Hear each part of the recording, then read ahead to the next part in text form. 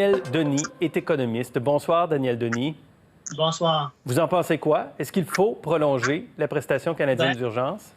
Je pense que les deux vont ensemble prolonger, mais modifier. Je pense qu'on est à une étape du développement de la pandémie qui est très différent au moment où cette mesure-là a été mise en place. On le sait, l'économie a commencé à réouvrir en tant que telle. Il y a moins de cas en tant que tel aussi. Il y a des leçons aussi à apprendre dans le fond des derniers mois. Je comprends qu'on était en mode d'urgence. C'était vraiment souhaitable de le faire de cette façon-là à ce moment-là. Mais là, je pense qu'il faut planifier le genre de mesures qu'on a besoin. Et on a encore besoin de quelque chose, ça c'est certain, parce que de toute façon, il y a des secteurs industriels qui sont encore fortement frappés. Mais il faut migrer tranquillement vers le reste du filet social, c'est-à-dire les mesures traditionnelles qu'on a, comme l'assurance-emploi. Je ne dis pas que l'assurance-emploi sera en mesure demain matin de prendre en charge, mais il faut que les conditions derrière le type de support qui est donné à la PCU pour les tout prochains mois s'apparentent davantage à ceux de l'assurance-emploi. Donc, ça veut dire quoi? Ça veut dire quoi, Daniel Denis? Ça veut dire qu'il y aurait une réduction progressive de la prestation en fonction, par exemple, d'un revenu de travail qu'on gagne? Bien, tout à fait. Dans certains cas, peut-être que les gens, à certains égards, mais dans le fond, travaillaient moins d'heures. La PCU devient encore même plus favorable à ce qu'on avait. Mais effectivement, d'une part, je pense que dans la migration, on pourrait atteindre un niveau de rémunération qui n'est pas nécessairement celui de l'assurance-emploi demain, dans les tout prochains mois, mais on pourrait tenir compte davantage c'est-à-dire du revenu qui était gagné pré-pandémie, pour faire en sorte que des gens, dans le fond, qui gagnaient peut-être moins, se retrouvent à un niveau de rémunération avec le nouveau programme qui s'apparente au soutien qui était donné ou au niveau de revenu qu'il y avait avant. Et surtout, je pense, il y a une notion qui est importante.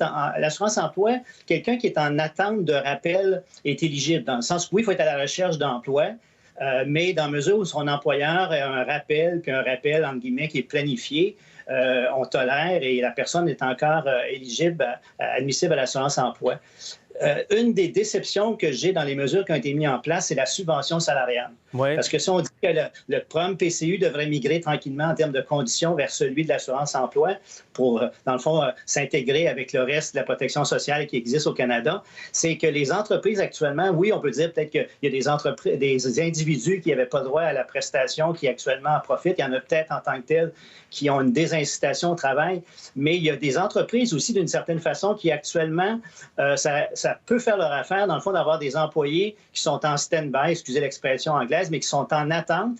Et puis peut-être que leur poste reviendra jamais, peut-être que leur poste va être aboli en tant que tel, mais pour l'instant, dans le fond, les gens ont une attente de revenir dans leur emploi antérieur.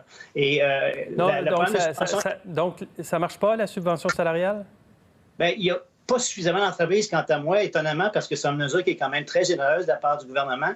Et c'est comme si les entreprises, un grand nombre d'entreprises ne veulent pas prendre la responsabilité de vraiment officialiser leur lien d'emploi. Okay. Et l'attitude qu'ils ont actuellement, c'est que leurs employés sont en attente. Ils ne cherchent pas un nouvel emploi non plus. Mais si dans 3 mois, dans 6 mois, ils n'ont pas besoin d'eux, ces personnes-là auront perdu tout ce temps avant de se requalifier ou de rechercher un emploi. C'est dans ce sens-là qu'il faut être incitatif.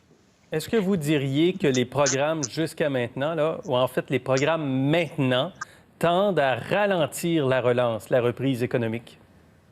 Je dirais que c'est probablement marginal, dans le sens suivant, c'est-à-dire que oui, il y a des employeurs probablement qui sont à la recherche d'emploi, mais grosso modo, ça se trouve être probablement marginal en tant que tel, mais ça pourrait devenir de plus en plus important, et particulièrement pour des employeurs qui recherchent le profil de personne qui a le moins grand incitatif avec la mesure actuelle, parce que, dans le fond, l'incitatif est plus ou moins important dépendamment du revenu de travail que les gens gagnent pré-pandémie. Est-ce qu'il faut absolument une mise à jour budgétaire très prochainement à Ottawa, selon vous?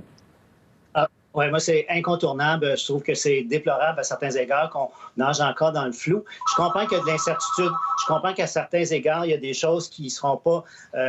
que le gouvernement ne peut pas nécessairement déterminer avec précision ses revenus, mais il y a des choix actuellement qui se font sans transparence sur les dépenses puis la situation budgétaire du gouvernement fédéral. Je pense qu'il faut que ça soit fait le plus rapidement possible. Bien, on vous laisse répondre au téléphone. Merci beaucoup, Daniel Denis, pour cet entretien ce soir. Au revoir. Au revoir.